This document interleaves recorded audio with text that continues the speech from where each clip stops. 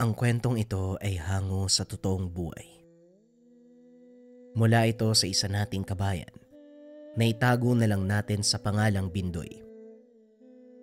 Walang eksaktong taon, probinsya ng Antique. Pakalat-kalat sa lansangan, namumulot ng kung ano-ano, at minsang nakikitang natutulog sa ilalim ng puno. Ito ang pangkaraniwang buhay ng isang lalaki na nagngangalang Yayang. Inakala ng lahat na nasisiraan nito ng ulo. Ngunit lingid sa kaalaman ng lahat, malalim na kwento ang nakatago rito. Madalas makita ni Bindoy itong si Yayang dahil malapit sa kanilang tahanan ng puno kung saan palaging nakaupo ang lalaki. Inaabutan niya ito ng pagkain. Itinataon niyang tulog ito para hindi siya mapansin. Dahil sa oras na makita ni Yayang, itinatapon niya ito o hindi kaya naman nagagalit. Walang nakakaalam kung saan nanggaling si Yayang. Nakita na lang nila ito isang araw na naglalakad na walang saplot. Puro pasa at putik ang katawan. Binigyan lang ito ng damit para takpan ang katawan. Nung una, kinakalinga pa ito ng mga tao, ngunit kalaunan ay nagsawa na rin sa pagtulong dahil hindi tinatanggap ni Yayang ang pagkaing binibigay sa kanya. Ngunit sa kabila ng pagiging taong grasa, nakakapagtakang matipuno ang katawan nito at tila hindi pa nakakaranas ng gutom. Kahit madungis ang katawan ni Yayang, makikita ang kagandahang lalaki. Dahil dito, inobserba ni Bindoy si Yayang sa pag-asang makukuha nito ang loob ng lalaki. Ngunit sa hindi malamang dahilan, sadyang mailap sa mga tao itong si Yayang. Ngunit isang araw tuluyang nagtagumpay si Bindoy. Habang naglalakad ang binata pauwi, nakita nito na pinagkakaguluhan ng mga kabataan si Yayang. Binabato ng kung ano-ano habang kumakain sa ilalim ng puno. Dali-daling nilapitan ng binata ang mga kabataan para awatin. Kaso nga lang sa halip na tumigil, siya ang pinagbalingan ng mga ito. Kahit papano, marunong makipaglaban itong si Bindoy. Sa katunayan, naging kampiyon pa ito sa larong sikaran sa kanilang paaralan. Kaya hindi umubra ang mga kabataan. Nagulpi niya ang lahat ng mga ito.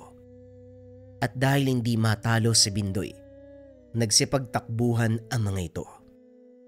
Mga loko kayo. Pinagdidiskitaan niyo yung mga walang laban. Yayang, ayos ka lang ba? Tanong ni Bindoy. Hindi man nagsasalita ay tumango ito bilang pagtugon. Matapos tumayo ay naglakad palayo. Bitbit ang kanyang mga pinulot na bote at kung ano pang mga basura. Pagtingin ni Bindoy sa inupuan nito, nakita niyang may naiwang maliit na itim na supot. Dinampot ito ng binata at aksidenteng nabuksan. Nanlaki ang mga mata ng binata nang makitang mga butil ng ginto ang laman ng supot. Hindi mo dapat pinakikialamanan yung mga bagay na hindi sayo, wika ni Yayang. Sabay hablot ng maliit na supot. Nagulat ang binata nang marinig sa kauna-unahang pagkakataon ang boses nito. Nagsasalita ka naman pala eh. Pasensya ka na, hindi ko naman sinasadya eh. Sige na, mauna na ako. Salamat. Napahinto si Bindoy. Nilingon si Yayang. Hindi ito umalis. Sa halip ay muling naupo sa pwesto. Walang anuman. Teka, may mga sugat ka. Sandali lang kukuha ako ng panglanggas. Hayaan mo na yung mga sugat ko. Mas maigi kung pagkain na lang yung dadalin mo. Napangiti si Bindoy. Dahil sa wakas nagbunga na ang pagsisikap na makausap ang taong grasa. Pagpasok nito sa tahanan, tumuloy si Bindoy sa kusina para kumuha ng makakain. Napansin ito ng ama kaya kaagad siyang tinanong. Anong gagawin mo sa napakaraming pagkain? Parang gutom na gutom ka yata. Opo tay, nagutom nga ako pero hindi lang naman ako yung kakain nito tay, pati si Yayang. Si Yayang, hindi ka pa rin ba nagsasawa kakabigay ng pagkain sa taong grasa na yan? Hindi naman niya tinatanggap, ni hindi ka nga niya kinakausap. Yun na nga tay pero kanina lang, kinausap niya ako. Humingi pa nga siya ng pagkain eh. Kaya dadalhin ko sa kanya tong mga nakuha ko. Ay nako, bahala ka na nga o siya. Dalin mo na yan dun. Huwag mong kakalimutang ibalik yung mga plato ha.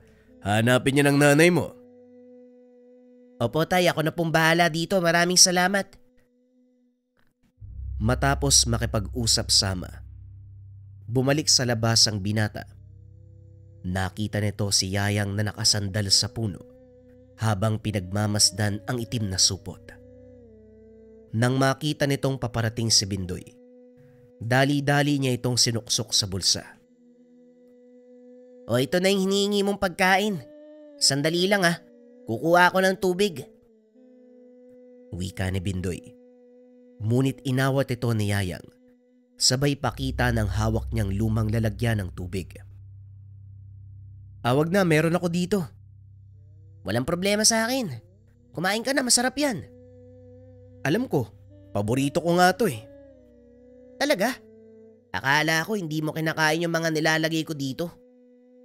Sino naman sa palagay mo yung kakain nun? Kung sa bagay, oo nga no. Sige na, ubusin mo na yan. Oo na, ito na nga eh. Gutom na ako, salita ka na salita eh. Pinagmasdan ni Bindoy si Yayang na kumain. Matapos ay uminom ito ng tubig. Huminga ng malalim. Iniabot ang plato sa binata at nagpasalamat. Maraming salamat sa pagkain. Eto mga plato. Walang anuman.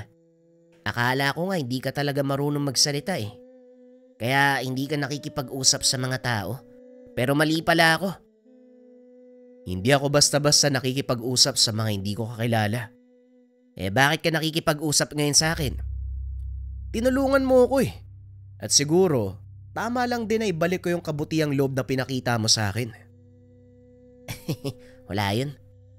Kung hindi mo naman mamasamain, pwede ko bang malaman kung saan ka nang galing? Ang tagal mo na dito sa amin. Ni isa sa mga kababaryo ko, walang nakakaalam kung sino o saan ka nagmula. Tama na siguro na nakilala niyo ako bilang Yayang. Kung saan man ako nang galing, hindi na mahalaga. Sige na, mauna na ako.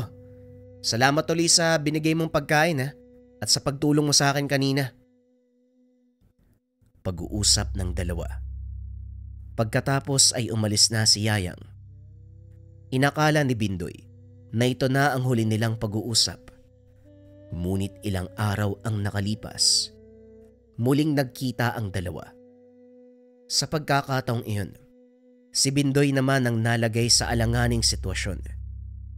Nagkayayaan sila ng mga kaibigan na dumalo sa fiesta sa kabilang barangay. Tanghaling tapat na mga oras na yon, kaya naman napakaraming tao.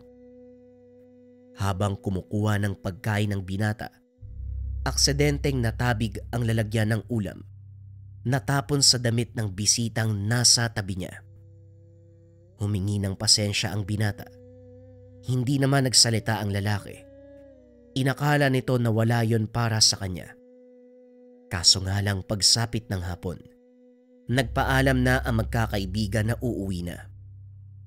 Habang nasa daan, hinarang ng 5 kalalakian sina Bindoy at sa sobrang takot nagtakbuhan ang mga kaibigan nito. Malaki ang katawan ng mga taong humarang sa kanila, kasama ang binata na natapunan niya ng sabaw ng ulam. Teo, siya po ay nagtapon ng ulam sa akin kanina oh. Napahiya ako eh. Wika ng matabang binata. Halos kasing edad lang ito ni Bindoy. At dahil maraming kasama, pinili ng binata na umiwas sa gulo. Muli siyang humingi ng paumanhin. Kaso nga lang hindi ito tinanggap. Naku, pasensya ka na talaga kanina. Hindi ko talaga sinasadyang matapon yung ulam sa damit mo eh. Anong hindi sinasadya? Ang sabihin mo talagang tinapon mo yun. dahil narangan kita. Hindi totoo yan ha. Hindi lang talaga kita nakita, pasensya ka na. Biglang hinila ng isa sa mga kasama ni Baldo ang damit ng binata. Sa pagkakataong iyon, alam nito na maaari siyang mapahamak kapag hindi lumaban. Hinawakan ni Bindoy ang kamay ng lalaki at pilit na inalis. Ayoko sana ng gulo eh. Pero kung ito ang gusto nyo, wala na akong magagawa pa. Wika ng binata, sabay pihit sa pulso ng lalaking nakahawak sa kanya. Sa sobrang lakas ng pagkakapihit ay napalo dito. Ginamit naman ni Bindoy ang gilid ng kanyang palad upang tagain sa leeg ang kalaban, dahilan para mawalan ito ng malay. Sinugod siya ng mga kasama nito para pagtulungan. Laking gulat niya nang tumigil ang pagtama ng suntok sa kanyang katawan. Nang mag-angat ng ulo si Bindoy, nakita niya si Yayang na hawak sa leeg ang isa sa mga kalalakian habang ang isang kamay nakaunat sa tatlo pa. Sa hindi malamang dahilan tila ginapos ang mga ito at hindi makaalis sa kinakatayuan. Meron ka ng pagkakataon na tumakbo eh. Bakit hindi ka pa umalis? Yan tuloy, puro bukol yung mukha mo. Wika ni Yayang, sabay hagis sa lalaking hawak nito sa malayo. Tumayo ang isa sa kanila. Muling sinugod ang binata. Nahawakan naman ni Yayang ang buhok nito at hinila pabalik. Talagang sakit ng katawan ng hanap nyo, ano? Pwes, yan ang ibibigay ko sa inyo. Pinag-umpog ni Yayang ang dalawang kalalakian habang ang isa naman ay pinagsusuntok. Nawalan ito ng malay. Nakatulala lang sa sulok si Baldo. Hindi nito inasahang sasaklolo ang isang taong grasa. Tama na yan, Yayang, tara na. Umalis na tayo dito. Dali-daling tumakbo ang dalawa hanggang sa makarating sila sa lugar kung saan wala na masyadong tao. Ano ba kasing nasa isip mo? Nilabanan mo yung 5 kalalakihan. Alam mo naman na hindi mo sila kakayanin ah. Wala na akong pagpipilian. Kapag hindi ako lumaban, malamang bugbog sarado na ako sa kanila. Mabuti na lang napadaan ako dito. Kung hindi, baka kung ano na yung nangyari sa'yo eh. Oo nga eh, salamat ah. Teka, hindi ba kabilang barangay na to? Ano pang ginagawa mo dito? Wala. Namumulot ako ng kalakal. Kaya nakakarating ako kung saan-saan. Yun lang yun. Sigurado ka? Bakit? Meron pa bang ibang dahilan para mapunta ako dito? Wala nga. Oh shit, ba yan? Umuwi na nga tayo. Mabuti pa nga, baka sundan tayo ng mga yun eh. Dali-daling umuwi sa kanilang baryo ang dalawa. Ito ang naging simula ng pagkakaibigan. Pinakilala ni Bindoy si Yayang sa ama. Nung una hindi ito masyadong nagsasalita. Ngunit kalaunan, nagkwento na ito ng tungkol sa sarili. Ayon sa kanya, nagmula ito sa kabilang probinsya. Piniling magpakalayo-layo dahil sa isang masakit na kaganapan. Ang totoo niyan, hindi naman talaga ako palaboy eh. Isa akong manggagamot sa probinsyang pinagmulan ko. Manggagamot? Bakit ka naman naging palaboy? Dahil sa isang pasyente na tinulungan ko. Pinaliwanag ng binata ang nangyari. 5 taon ang nakakaraan. Nang mga sandaling ito, baguhan pa lang sa larangan ng panggagamot si Yayang, isang babae ang lumapit sa kanya upang humingi ng tulong. Ayon sa pasyente, pilit siyang kinukuha ng isang engkanto. Tinanggap niya ang pasyente, kaso nga lang lingid sa kalaman ng binata. Ito ang simula ng malaking pagbabago sa buhay niya. Pakiusap, tulungan mo ko. Ayokong sumama sa kanya. Huwag kang mag-alala, tutulungan kita. Akong bahala sa'yo. Sinimulan ni Yayang ang panggagamot. Hinuli nito ang engkanto. Pinapasok sa katawan ng pasyente. Alam kong nandyan ka. Makipag-usap ka sa akin kung ayaw mong masaktan.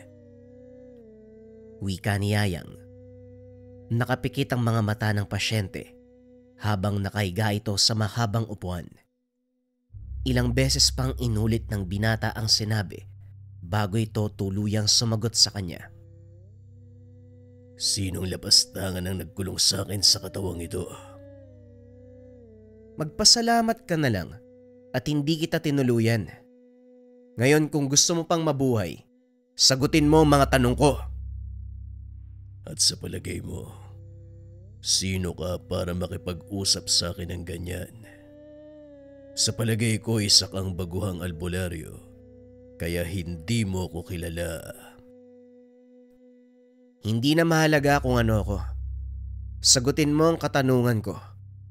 Ano ang kailangan mo sa babaeng ito? Gusto ko siya. At kahit anong gawin mo, dadalhin ko ang kaluluwa ng babaeng ito sa aking kaharian. At sisiguraduhin ko rin sa'yo na hindi ka makakaalis sa katawan nito ng buhay kapag hindi mo sinagot ang katanungan ko. Sinagot ko na ang mga tanong mo. Gusto ko ang babaeng ito. Ngayon ako ang magtatanong sa'yo. Anong gagawin mo para pigilan ako? Biglang napaisip ang binata dahil ang katotohanan. Sinimulan niya ang gamutan ng hindi nakakapaghanda. Tumawa ng malakas ang sanib nang hindi nakapagsalita si Yayang.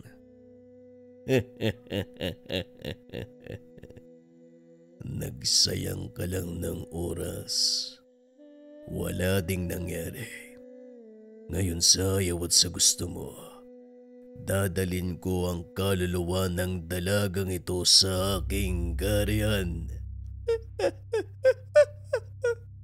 At dahil sa ginawa mong pagpapapasok sa akin sa katawang ito, mas naging madali ang pagsasakatuparan ng mga binabalak ko. Wika ng engkanto. Nang mga sandaling iyon, hawak na nito ang kaluluwa ng babae. Sinubukan ni Yayang nakalasin ang mga dasal na inilagay at palabasin ng nilalang sa katawan ng pasyente. Sa kasamaang palad, huli na ang lahat. Nawalan ng malay ang dalaga at nang gisingin ito ni Yayang, hindi na ito bumalik sa ulirat. Sinisisi ng mga magulang ng pasyente ang binata dahil sa pagkakamatay ng kanilang anak. Simula ng araw na yun, hindi na uminto si Yayang sa paghahanap sa engkantong kumuha ng kaluluwa ng kanyang pasyente. Lahat ng engkantong nakakaengkwentro ay pinapatay ng binata, maging ang mga mabubuting nilalang na walang ginagawa ay nadadamay.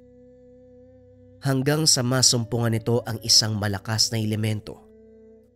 Bagaman nasira ang reputasyon bilang manggagamot, marami pa rin ang nagpapatingin sa binata. Isa na dito, ang matanda na nagmamay-ari ng malawak na lupain sa kanilang probinsya. Lumapit ito sa kanya sa kadahilanang ginagambala ng isang engkanto ang kanilang lugar. Namatay ang mga alagang hayop. Nagkakasakit ang mga tauhan. Pinakiusapan nito si Yayang na palayasin sa lugar ang nilalang. Handa kong magbayad ng malaking halaga. Mapalayas mo lang ang mga nilalang na nanggagambala sa lupa ko. Marami na siyang naperwisyo. At kung magtatagal pa, baka wala nang magtrabaho sa pataniman ko. Wika ni Mang Dante. Ipinaliwanag nito ang sitwasyon sa kanyang lupain. Hindi naman tumanggi ang binata. Kung engkanto po ang problema nyo, tama po kayo ng taong nilapitan. Ako na po ang bahala sa kanila. Tugon ni Yayang. Matapos ang pag-uusap, nagtungo sina Yayang sa taniman ng matanda. Pagdating pa lang sa bungad, ramdam na kagad ng binata ang malakas sa presensya ng nilalang na itinutulak siya palayo. Parang alam nila na pupunta ako. Ramdam ko ang kanilang presensya mula dito. Ang totoo niyan, hindi lang ikaw ang manggagamot na nagpunta dito. 3 na ang nauna sa'yo. Bigo silang palayasin ang nilalang na naninirahan dito sa punog ito. Wika ni Mang Dante habang nakatayo sa paanan ng malaking puno ng akasya. Isa lang ang solusyon ko sa problemang ito, Manong. Kailangan nating sirain ang kanilang tirahan nang sa ganon wala na silang balikan. Sinubukan na din ng mga nauna sa'yo na gawin ang sinabi mo, pero nabigo sila. Yung huli kamuntikan pang mamatay, sana lang magawan mo ng paraan. Hirap na kami dito. Huwag po kayo mag-alala. Ako nang bahala, Manong. Kumuha ng asin at apog ang binata. Isinaboy paikot sa malaking puno. Nang sa ganon, kung sakali mang may maiwang nilalang sa loob, hindi na ito makakalis pa. At kung may mga nasa labas, hindi na rin magagawang pumasok. Matapos magsaboy ng apog at asin, sinilaban nito ang paligid ng puno hanggang sa tuluyang matupok. Narinig ng binata ang malalakas sa sigaw mula sa paligid at iyak ng sanggol na tila nagmumula sa loob ng puno. Ano? Patigas ka? Ngayon tignan natin kung hanggang saan. Wala ka nang babalikan at sigurado ko patay na rin ang mga kasama mo sa punong to. Wika ng binata habang patuloy na binubuhusan ng gas ang paligid ng puno. Ilang sandali pa, tuluyang humupa ang apoy. Nakampante si Yayang na tuluyan ng umalis ang mga engkanto sa lugar. Kaya naman nagpaalam na ito na uuwi na. At gaya ng ipinangako ng matanda, binigyan niya ito ng maliit na itim na supot na puno ng ginto bilang kabayaran. Pasensya ka na at wala akong maiaabot sa'yo. Pero ang laman ng supot na yan ay sapat para bumili ng lupaing doble ang laki kaysa sa lupain ko. Hindi naman kailangan na bayaran niyo ako eh. Pero maraming salamat. Gagamitin ko ang halaga ng ginto para makabili ng sariling lupa. Muli maraming salamat. Kung hindi dahil sa'yo, hindi mapapalayas ang mga nilalang na yon sa lugar na ito. Mag-isang umuwi si Yayang habang dala ang supot ng ginto. At sa kalagitnaan ng paglalakad, may nakasalubong siya na isang matanda. Magandang gabi, Otoy. Maaari ba kong sumabay sa'yo pa uwi? Wala akong dalang sulo. Walang problema, Manong. Saan po ba kayo uwi? Diyan lang sa bungad ng baryo. Huwag kang mag-alala.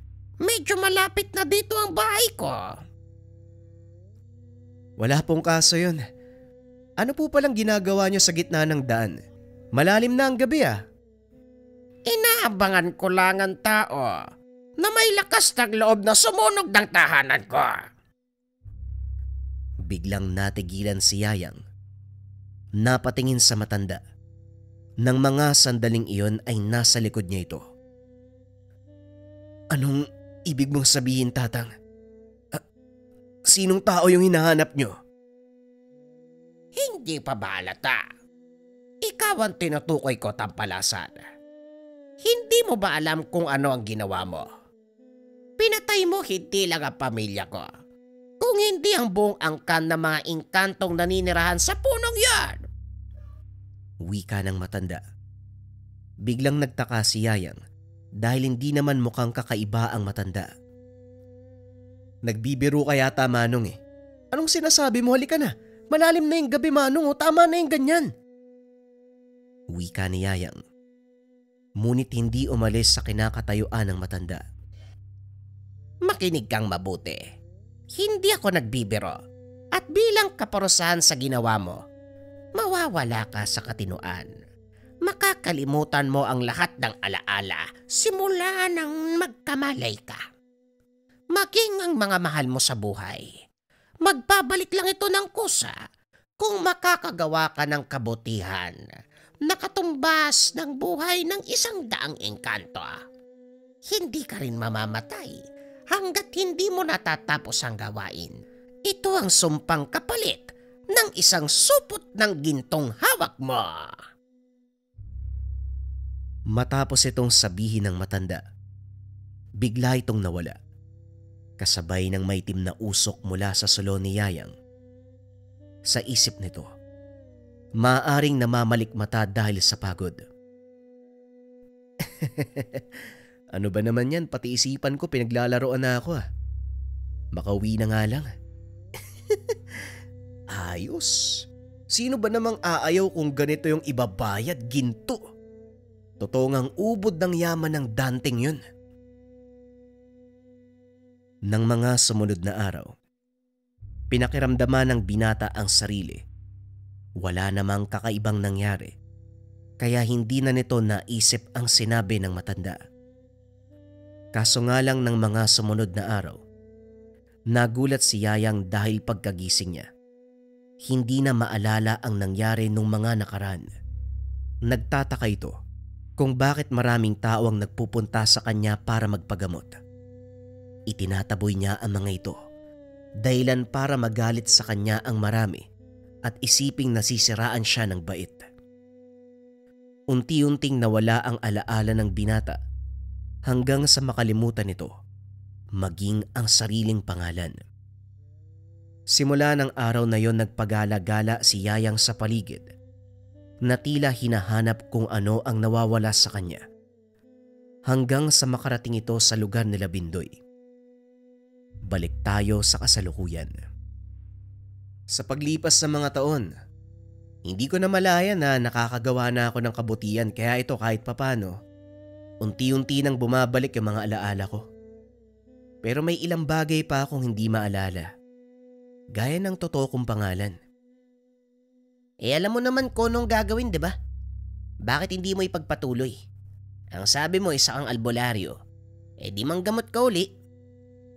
Sa kasamaang palad, nakalimutan ko na yung pamamaraan kung paano manggamot Kasi kung bumalik sa akin ang mga alaalang yun, siguro hindi nyo na ako makikita sa lugar na to. Wika ni Yayang. Sumabat sa usapan si Mang Pido. Hindi mo ba naisip na baka merong dahilan kung bakit hindi bumabalik ang mga alaala mo? Siguro gusto na may kapal na hindi ka na bumalik sa dati mong gawain. Maraming paraan para gumawa ng kabutihan. Hindi lang sa panggagamot. Kung gusto mo, tutulungan kita. Yan nga din po yung gusto kong gawin, Manong. Alam nyo, sa totoo lang nagsisisi ako Dahil hindi ko kayo kinausap noon pa. Kahit tinutulungan nyo ako nitong si Bindoy. Hindi ko lang lubos sa maunawaan na siya pala yung gagawing daan ng Panginoon para maituwid ko yung sarili ko. Kung ganon, sumama ka sa akin. Ako nang bahala sa'yo. Pero bago yan, linisin mo muna yung katawan mo. Bindoy, sama mo nga yung taong yan sa barberya. Matapos ang pag-uusap, lumakad ang dalawa papunta sa bayan upang mamili ng mga damit at ipaayos ang buhok ni Yayang. Matapos ay umuwi ang mga ito. Kinabukasan isinama ni Mang Pido ang dalawang binata sa isang lugar kung saan dinadala ang mga matatanda na wala nang nag-aalaga. Dito ako nagtatrabaho, Yayang. Bakit hindi mo subukan makipag-usap sa mga matatandang yan? Malay mo, makatulong sila sa'yo. Wika ni Mang Pido. Akmang aalis na sana ito nang biglang pigilan ni Bindoy. Pero teka tay, sandali lang po. Paano naman makakatulong kay Yayang yung pakikipag-usap sa mga matatanda? Magandang katanungan. Sige na, Yayang, makipag-usap ka na nang masagot ko na yung tanong nitong si Bindoy. Napakamot ng ulo si Yayang. Marahang naglakad papunta sa mga matatanda na nakaupo sa sulok habang nakatingin sa malayo. Kinausap niya ang mga ito at habang nagtatagal, unti-unting napapagtanto ni Bindoy ang ibig sabihin ng ama. May talento si Yayang na magpasaya ng tao. Sa pamamagitan lamang ng simpleng pakikipag-usap, hindi nito namamalayang nakakagawa na siya ng kabutihan. Simula ng araw na yun, pabalik-balik na si Yayang sa lugar hanggang sa tuluyang bumalik ang alaala nito. Laking pasasalamat ng binata kay Mang Pido at Bindoy. Kung hindi dahil sa tulong nila, hindi niya magagawang baguhin ng pagkatao. Muling bumalik sa panggagamot ang binata, ngunit sa pagkakataong iyon, hindi na nito kinalaban ang mga engkanto. Naging mas maingat na din siya sa pakikitungo sa iba pang elemento. Hindi na rin ito bumalik sa kanyang probinsya. Pinili niyang manirahan malapit sa bahay nila Bindoy gamit ang halaga ng ginto. Binili ang lupang nasa tabi at doon nagsimulang magpundar ng sariling ari-arian. Malaking aral para kay Bindoy ang nangyari sa buhay ni Yayang at laking pasasalamat nito dahil naging kaibigan niya ang isang taong merong malawak na karanasan pagdating sa buhay at sa lihim na karunungan. Hindi nakala ni Bindoy na ang dating taong grasa na pagala-gala sa kanilang baryo, isa palang mahusay at ginagalang na manggagamot. Para kay Bindoy, ang kwento ng buhay ni Yayang ay patunay na maaari nating ituwid ang anumang nagawang pagkakamali sa ibang paraan. Ang kailangan lang, matutunang kilalanin ang mga pagkakamali. Itama ito sa mabuting paraan. Ang susunod na kwento ay tungkol sa Antengeros del Negros. Simulan na ang storya. Ang kwentong ito ay hango sa totoong buhay. Mula ito sa isa nating kabayan na itago na lang natin sa pangalang Pau. Walang eksaktong taon, probinsya ng Negros. Ang kasaysayang inyong matutunghayan mula sa isang taong pamilyar na sa inyong lahat. Ito ay isa sa maraming kwento ng grupo ng Antengeros del Negros. Nang mga panong ito, nasa kasagsagan ng pangangalap ng mutya at sangkap ang grupo ni Pau. Palagi itong nagpupunta sa mga lugar kung saan malakas ang konsentrasyon ng mga elemento. At bilang Antengero, mataas ang karanasan ng binata sa mga ganitong larangan. Ang palagi niyang kasama, ang kaibigang si June. Sa halos lahat ng pinupuntahan nilang lugar, hindi may iwasan na magkaroon ng engkwentro sa masamang elemento o hindi naman kaya sa mga taong malaki ang inggit sa katawan. Bilang isang taong malawak ang pag-unawa sa mga bagay, hindi na lang ito pinapansin ni Pau. Ngunit isang kaganapan ang talagang sumubok sa kanyang pasensya. Kalaunan, napilitan pa itong gamitin ang kanyang pinakatatago-tagong tangan. Ito ay nang minsan silang mangalap ng mutya sa lugar ng kaibigan ni Yani. Isang hapon, bago ang lakad, nagtipon ng tatlo sa kapihan ng isa sa mga kakilala nila sa Kalye Agimat.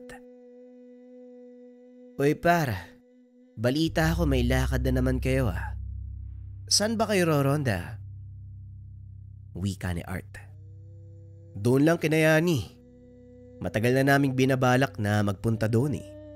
Hindi lang natutuloy kasi sobrang abala kami sa trabaho. Buti nga pinayagan si Yani na magbakasyon eh." Tugon ni Pau. "Sa wakas matutuloy na din. Ano Art? Hindi ka ba sasama sa amin?" Tanong ni June. "Alam mo naman na walang tatao sa kapihan pare. Kaya sa susunod na lang." Tugon ni Art. Bahala ka nga dyan, ikaw din. Baka hindi na kami makabalik dun ha. Wika ni Yani. "Ayan ka na naman Yani. Marami pa yan par. Sigurado yan." "O siya paano? Kita na lang tayo sa terminal bukas ha?" "O sige, maaga na lang akong alis sa amin para hindi tayo tangaliin sa biyahe." Matapos ang pag-uusap, Nagpaalam na ang mga ito kay Art. Bagaman gustong sumama sa grupo, wala itong magawa dahil walang maiiwan sa kanyang negosyo. Kinabukasan madaling araw pa lamang, nagpunta na si Pao at Yani sa terminal ng bus. Doon na nila inantay si Jun dahil malayo pa ang panggagalingan nito. Ngunit gaya ng sinabi, maagang nakarating ang binata kaya kagad silang nakalis. Buti, maaga kang umalis, Jun. Oo nga eh. Doon kasi natulog yung kapatid ko sa bahay. Kaya kampante ako may maiiwan sa mga bata. Ilang araw din tayong mawawala pare ah. Pero siguradong masusulit natin ang lakad na to. Aba syempre naman, ang tagal ko na kayong niyayaya eh. Buti naman ngayon natuloy na. Pag-uusap ng tatlo habang sakay ng bus. Mahigit 1 oras ang biyahe papunta sa lugar ni Yani. Medyo liblib na ito at halos paanan na ng bundok na sakop ng Bulkang Kanlaon. Malawak na katubuhan ang nakapaligid at may maliliit na bahagi ng gubat. Pagbaba sa mismong bayan nila Yani, sumakay ng habal-habal ang mga ito. Papunta naman sa baryo ng binata. Pagkarating doon, pinababa sila ng nagmamaneho dahil hindi na kayang akyatin ng motor ang matarik na daanan. Nako, mukhang maglalakad tayo paakyat ah. Ay nako, eto na nga ba ang sinasabi ko eh. Pero tara, nandito na tayo eh. Umulan kasi kahapon kaya madulas ang daanan pero ayos lang yan. Malapit naman na tayo sa bahay nila Lolo Makoy. Kanya-kanyang buhat ng mga dalang gamit ang tatlo at nagpatuloy sa pag-akyat. Habang nasa daanan, nakaramdam si Jun ng kakaibang presensya kaya bigla itong napahinto. Dahilan para mabangga si Yani sa likod ng binata. Ano ba yun, Jun? Bakit bigla ka nalang tumitigil dyan? Shh! Huwag ka maingay. Mukhang may nakasunod sa atin ah. Naramdaman mo pala, Jun. Pero hayaan mo na. Hindi naman sila ang pakay natin dito. Siguradong hindi nila tayo gagalawin. Nagpatuloy sa paglalakad ang tatlo hanggang sa mapadaan sila sa isang maliit na tindahan kung saan nakatambay ang ilang kalalakihan. Habang nag-iinuman, nagkataong kilala ni Yani ang isa sa mga ito kaya hindi na nakaiwas ang tatlo. Inabutan ng baso si Jun at hindi naman tumanggi ang binata. Ngunit bago pa man ito inumin ng binata, inagaw ito ng isa pang kakarating lang na matanda. Bawyane, wala kagid nagatanda. Kabalo kagid nga, may mga manog hilo dire sa atod.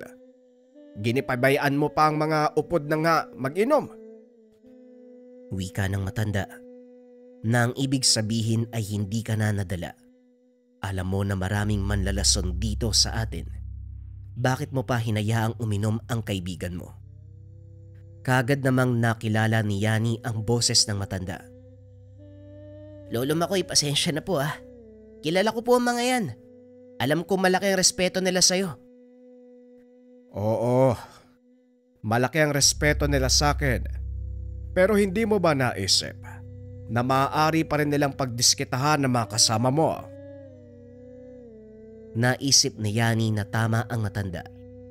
Dahil imbes na siya ang abutan ng baso, si Jun ang binigyan.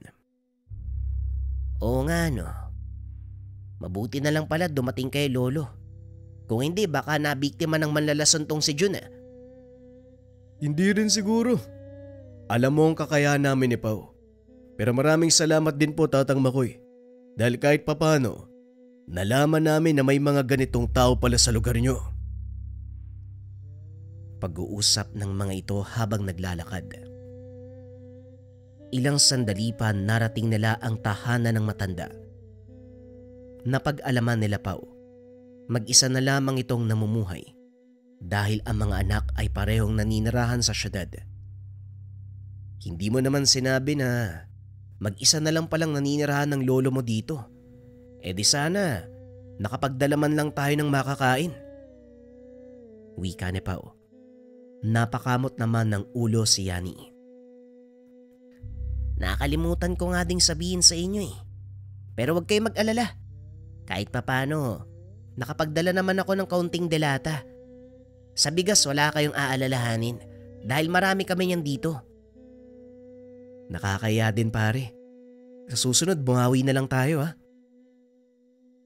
Habang nag-uusap, lumabas ng kusina ang matanda. May dalang plato ng kakanin. Yani, kunin mo nga mga tasa at ang termos nang makapagkape tayo na makasama mo. Dali-daling tumayo ang binata. Kinuha ang mga nasabing gamit ng matanda. At habang wala ito, kinausap naman ni Mang Makoy ang dalawa. Minsan lang magdala ng bisita ang apo ko. Kaya nakakapagtaka. Ang layo nitong lugar namin, talagang sumadya pa kayo. Maaari ko bang malaman kung anong pakay nyo? Tanong ng matanda.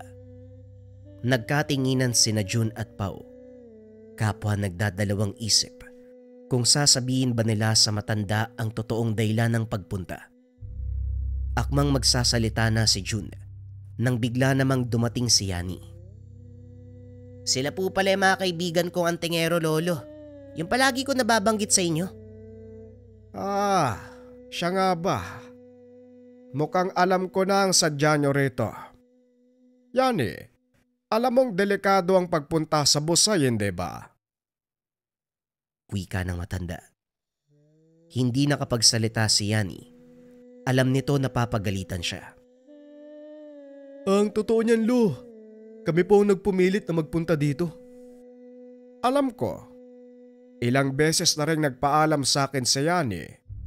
Ang pagpunta nyo sa Busay para mangalap ng mga mutya. Delikado ang lugar na yon dahil pinamamahayan ng mga engkanto at ibang elemento ang Busay. Para sa kanila, sagrado ang lugar na ito. Alam po namin, Lolo. At hindi lang po ang Busay ang tinutukoy na Yani. Hindi lang po yun yung pupuntahan namin. May mas delikado pa kaming bibisitahin. Kagaya na lang ng kabundukan ng Murcia at marami pang iba. Sigurado naman po ako na handa kami bago lumusong sa Busay. Kaya wala po kayong dapat alalahanin. Wika ni Pao. Huwag kayo masyadong magpakampante. Kung alam nyo lang ang nangyayari sa mga taong nangahas na kumuha ng kahit anong mutya sa lugar na yon. Ang ilan sa kanila, hindi na nakabalik ng buhay. At kung may nakaligtas man, wala na sa katinoan at hindi na naaalala ang mga nangyari. Alam naman po namin ang maaaring mangyari, Tatang. Pero kagaya po ng sinabi ko, handa po kami ng kasama ko. O sige, kayo ang bahala, total matatanda na kayo. Wika ng matanda. Matapos ay lumabas ito ng bahay upang kunin ang alagang kalabaw sa gilid ng sapa. Mukhang ang delikado ang Busay na sinasabi ng lolo mo, Yani. Ano sa tingin mo, Pao?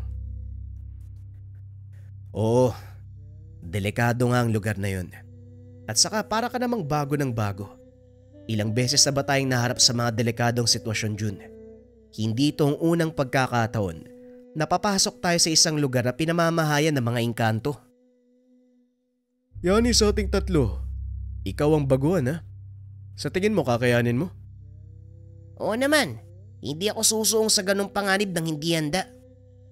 Kung ganon, tuloy tayo bukas. Oo, pero hindi pa tayo maunguha na masangkap doon ha. Kailangan muna nating magbigay ng alay at maingi ng permiso sa pagpasok.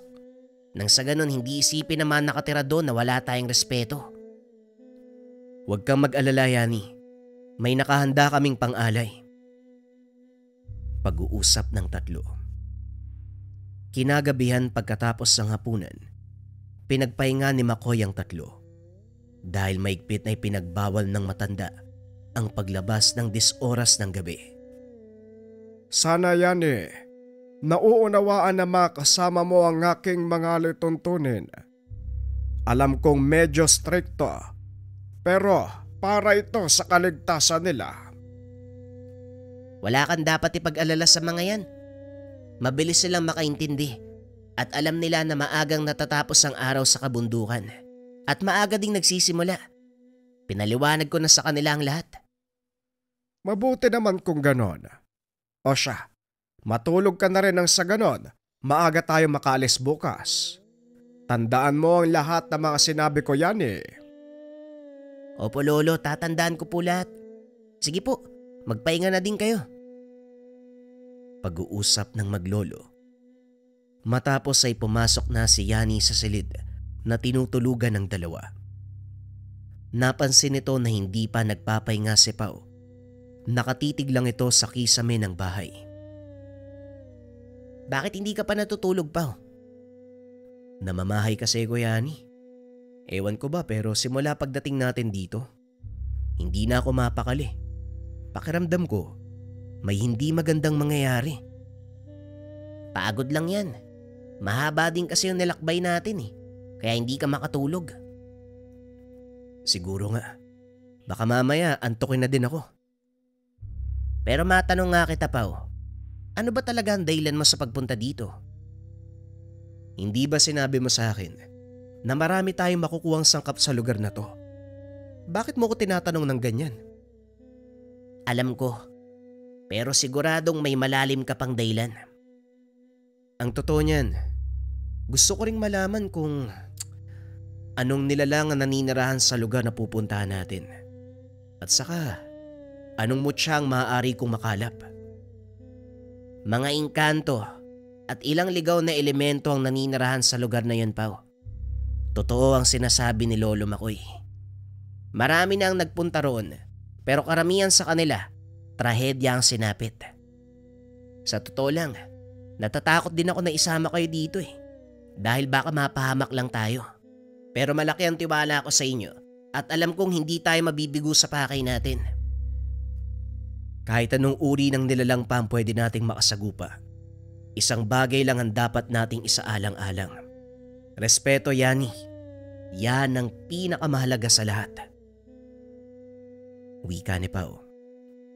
Magsasalita pa sana ito ngunit hindi na naituloy. Nang lingunin ng kaibigan, humihilik na ito.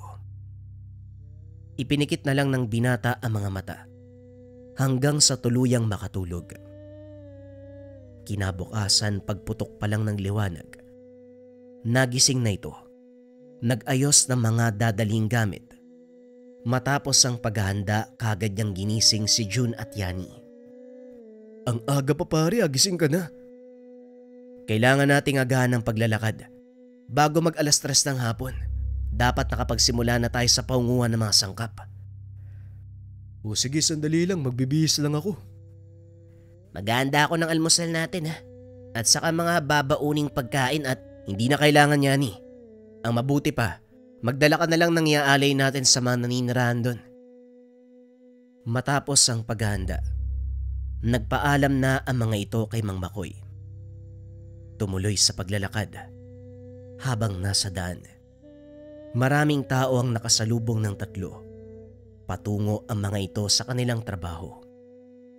Ngunit ang nakaagaw ng pansin ni Pao, isang lalaki na nakatayo sa tabi ng daan. May hawak itong panggapas ng damo. Hinahasa niya ito habang nakatitig ng masama kay Pao. Hindi ito pinansin ng binata dahil wala namang ginagawang masama ang tao. Ngunit hindi pa man sila nakakalayo. Tinawag na nito si Yani. Dali-daling lumapit si Yani upang makipag-usap. Hindi na nagawang marinig ng dalawa ang usapan dahil malayo na sila mula sa kinaroroonan ng mga ito. Maya-maya pa, bumalik na rin si Yani. Kakilala ni Lolo Makoy ang taong yan. Nagtanong lang naman kung saan tayo pupunta. Ang sabi niya, mag-ingat daw tayo dahil gumuwang lupa sa bandang taas ng Busay.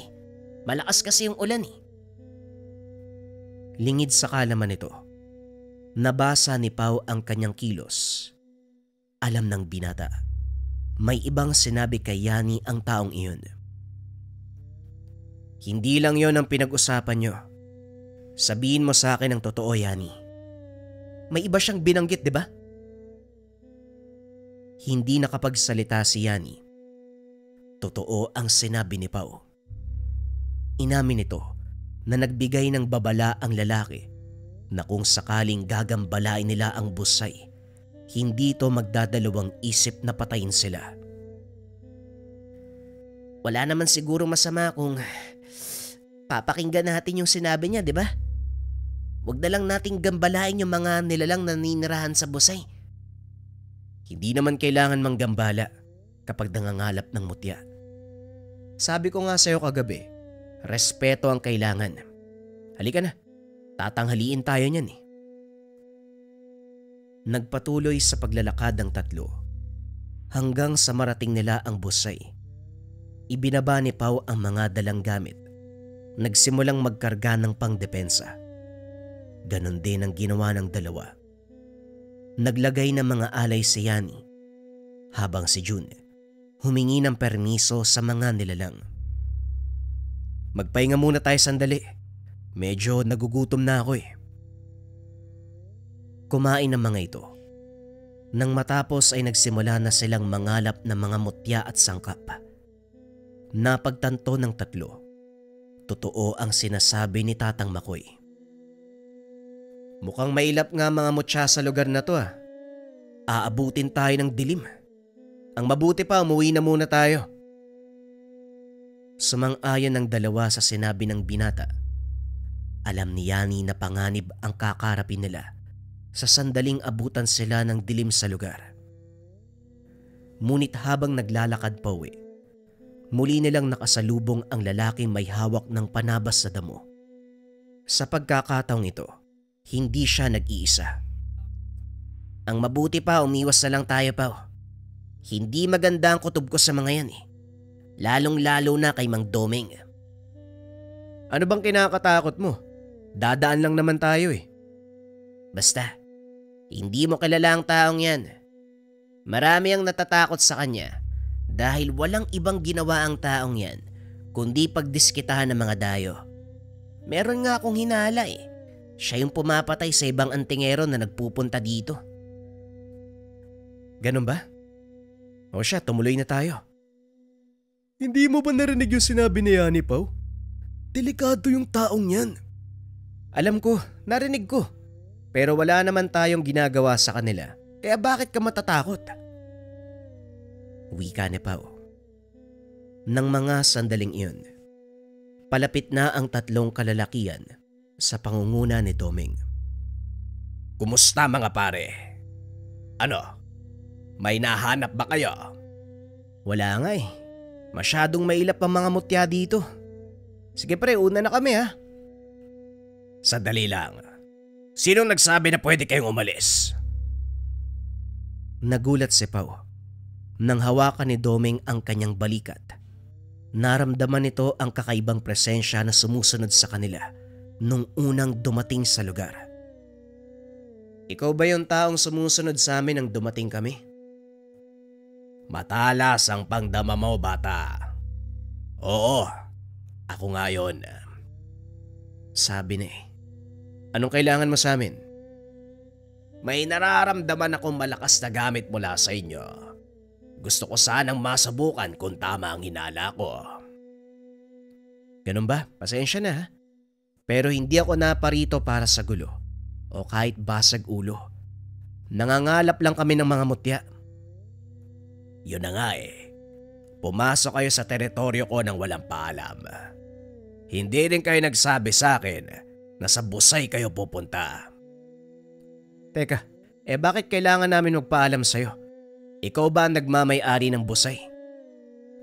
Pilosopo ka, no? Pero sige lang. Tignan natin kung may maitutulong ba sa'yo mga tangan mong mutya. Tinignan ni Pao sina Yani at June.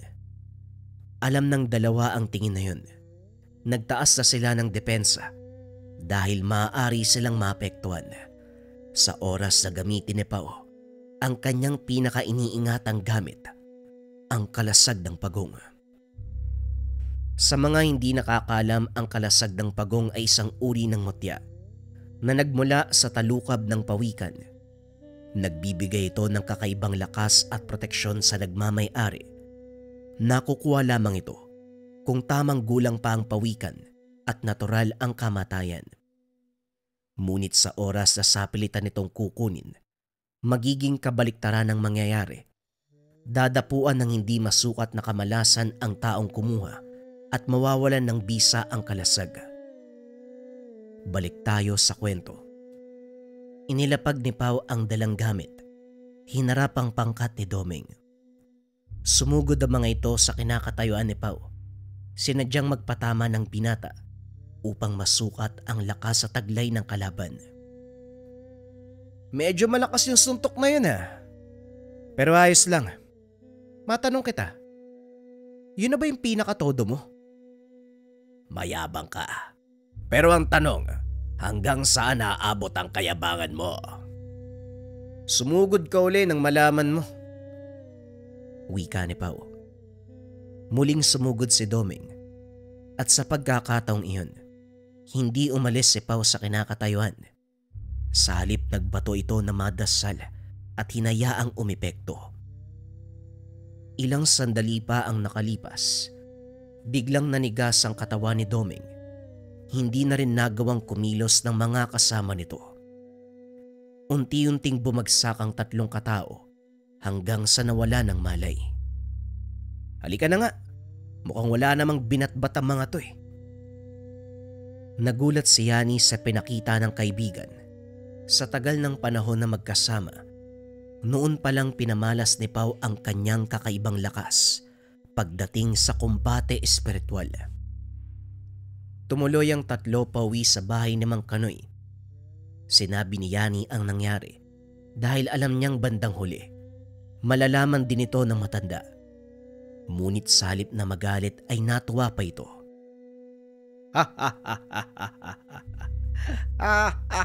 Ay nako. Totoo bang sinabi mo yan napabagsak ng kaibigan mo sina Doming? Sa kauna-unahang pagkakataon, nakahanap ng katapatang taong yon. Pero wag ka magpakampante. Hindi titigil si Doming hanggat hindi nakakaganti. Pinayuhan din ito ang tatlo na bumalik na lang sa syudad para maiwasan ang karagdagang komprontasyon. Nakakapanghinayang lang. Wala man lang tayong nakuha kahit isang sangkap. Kaso wala tayong magagawa.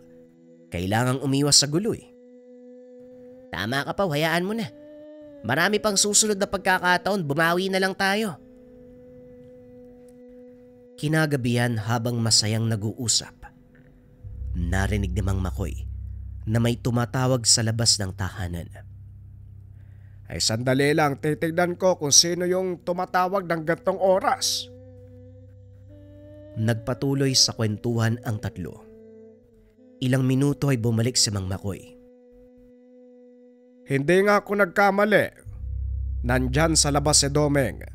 Kasama mga kamag-anak niya, hinahanap ka pa. Ganun po ba? Pasensya naman nadamay pa kayo. Hayaan niyo po. Permanente ko nang aalisan ng kakayahang kumilos ang Doming na yan. Nang mga sandaling iyon, ramdam ni Yani ang galit sa boses ng kaibigan. Padabog na tumayo. Naglakad palabas ng bahay. Pagkakita pa lang kay Doming, walang pasabing sumugod.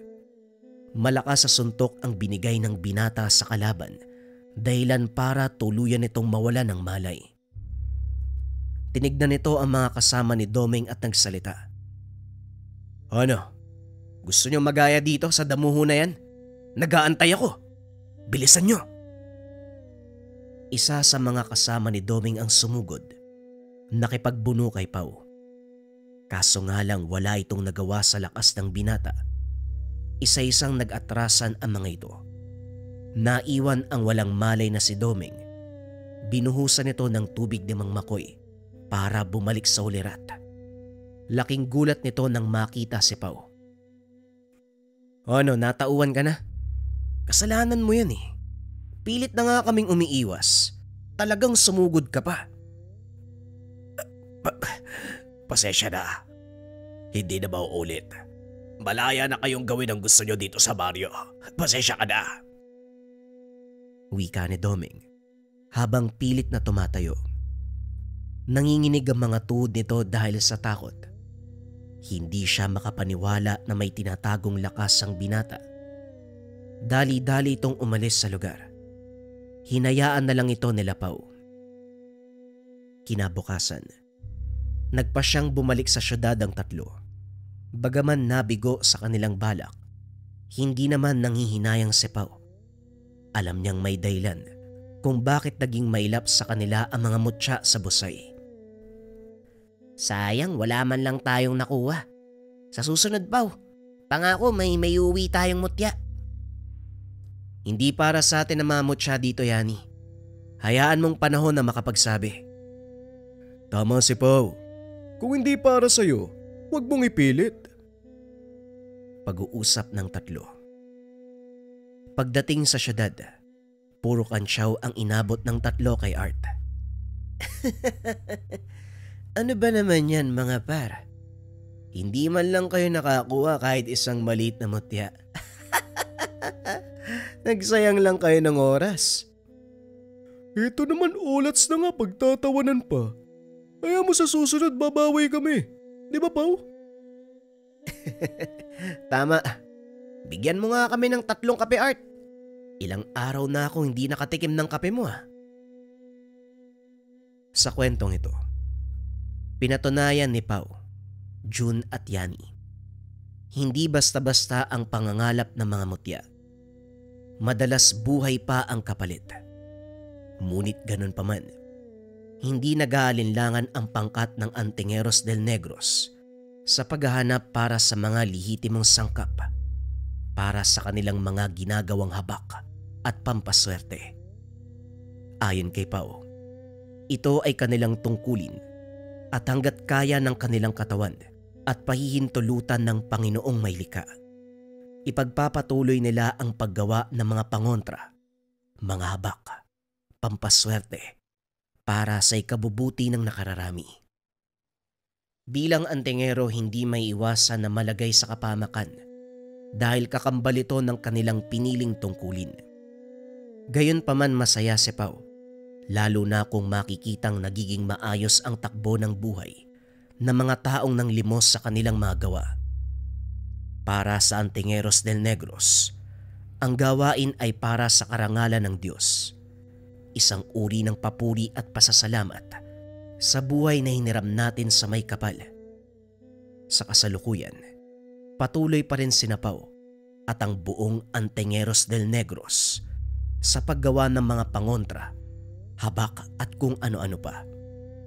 Hindi siya nagmimingming na isuong ang sarili sa bingit ng panganib dahil alam niya, hindi siya papabayaan ng tangang gamit, lalong-lalo na ang kalasag ng pagong. Nangangailangan ka ba ng pampaswerte at gabay sa career, health, love life, and finance? Narito ang Gabay Medalyon, Gabay Pangkalahatan. Kung papansin nyo mga kabayan, ang simbolismo na nasa loob ng Gabay Medalyon ay mula sa old alphabet ng mga Pilipino na kung tawagin ay baybayin. Ang ibig sabihin yan ay kalasag, kalakasan, kayamanan, at katalinuhan. Yung nasa gitna naman mga kabayan ay inspired sa buskalan tattoo na ang ibig sabihin ay travelers and compass. Pampaswerte at gabay sa career, health, love life, and finance. Meron tong 6 na sangkap sa loob. Gawa to ng 6 na antingero mula sa Negros. Sila'y nagkonsagra, sila'y nagbasbas. Kaya kung nangangailangan ka ng swerte at gabay sa 4 na aspeto ng buhay, pwede mong subukan ng Gabay Medalyon. Kung interesado ka, isearch lang ang shop ng Lika Merchandise or pindutin yung yellow basket na nasa baba.